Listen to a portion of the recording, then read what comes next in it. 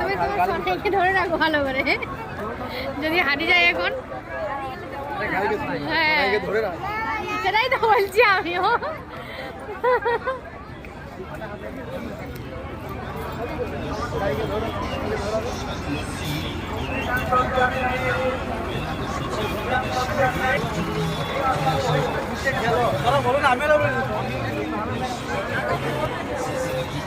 তো guys finally কিন্তু আমরা চলে এসেছি মেলার মধ্যে, আর এখন যাচ্ছি মন্দিরের দিকে, কারণ মন্দিরে পুজো দেবো। এসছি যখন পুজো তো দেবই।